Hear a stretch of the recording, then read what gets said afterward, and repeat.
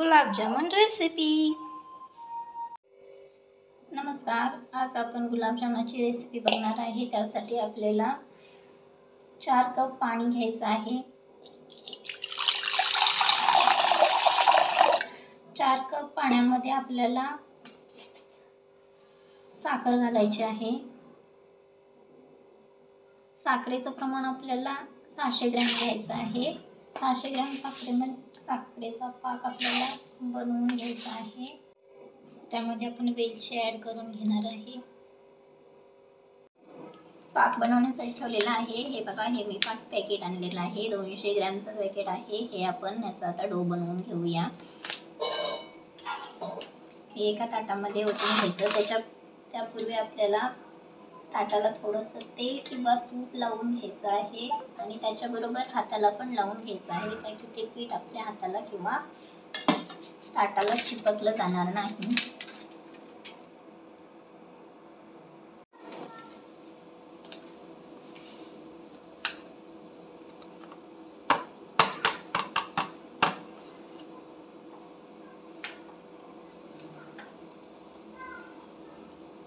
हे आपण दुधामध्ये मळून घेणार आहे। थोडं थोडं हळूहळू दूध ओतत राहायचं, एकदम दूध ओतायचं नाहीये।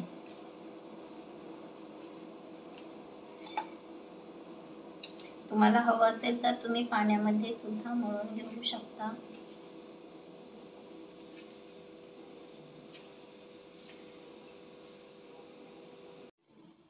हा बघा, आपला डो रेडी झालेला आहे।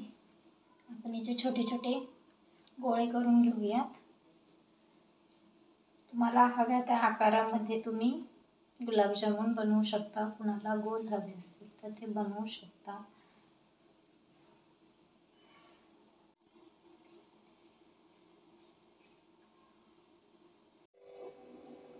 आता आपण एका कढईमध्ये तेल किंवा तूप टाकून त्यामध्ये ते केलेले गोल तळून घेणार आहोत।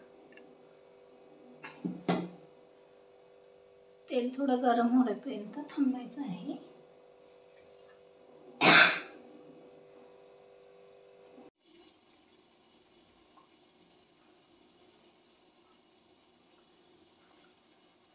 आता हे तेल आपलं गरम झालेलं आहे। याच्यामध्ये आपण केलेले गुलाबजामुनाचे सेट टाकून घेऊया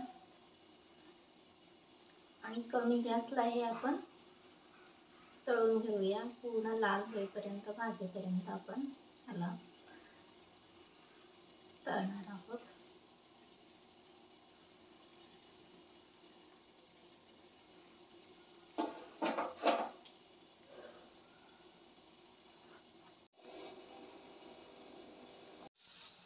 हे बघा, आपले गुलाबजामुन लाल झालेले आहेत। आता आपण ह्याला एका ताटामध्ये काढून घेऊया।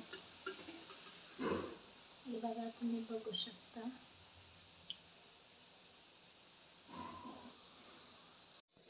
आपला पाक पण रेडी आहे। आपण हा पाक या गुलाबजामुनामध्ये ओतून घेऊया।